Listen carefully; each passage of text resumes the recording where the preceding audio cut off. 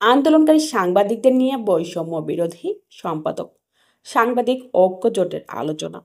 বৈষম্য বিরোধী সম্পাদক সাংবাদিক ঐক্য জোটের আলোচনা সভা 28 নভেম্বর চট্টগ্রাম নগরীর কাশবন হলরুমে চট্টগ্রামের সম্পাদক নুরুল কবিরের সভাপতিত্বে ইন্টারন্যাশনাল মিডিয়া পরিচালক দৈনিক আমাদের বাংলা বিশেষ প্রতিনিধি মুনীর চৌধুরীর সঞ্চালনে অনুষ্ঠিত সভায় প্রধান অতিথি ছিলেন বিশ্ব প্রেস কাউন্সিল ও বাংলাদেশ প্রেস কাউন্সিলের সাবেক সদস্য, চট্টগ্রামের সাংবাদিক সমাজের অভিভাবক, সর্বজন শ্রদ্ধেয় ব্যক্তিত্ব মইনুদ্দিন কাদেরী শওকত। প্রধান আলোচক ছিলেন বাংলাদেশ এডিটর ফোরামের কেন্দ্রীয় পরিষদের সভাপতি, দৈনিক আমাদের বাংলা ও দৈনিক আমাদের চট্টগ্রামের সম্পাদক, জাতীয় প্রেস ক্লাবের সদস্য মিজানুর রহমান চৌধুরী। প্রধান অতিথি বাংলাদেশ প্রেস কাউন্সিলের সাবেক সদস্য বীর মুক্তিযোদ্ধা মইনুদ্দিন কাদের শওকত বলেন, সম্মান ও মর্যাদা অক্ষুণ্ণ রাখতে সকল সাংবাদিক সমাজকে ঐক্যবদ্ধ হতে হবে। পেশাগত সাংবাদিকদের চট্টগ্রাম প্রেস ক্লাবের সদস্য হওয়া ন্যায্য অধিকার।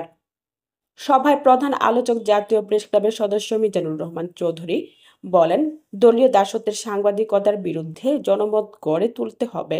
লুটেরা মাফিয়াদের অর্থে সংবাদপত্র ও সাংবাদিকতা চলতে দেওয়া যাবে না।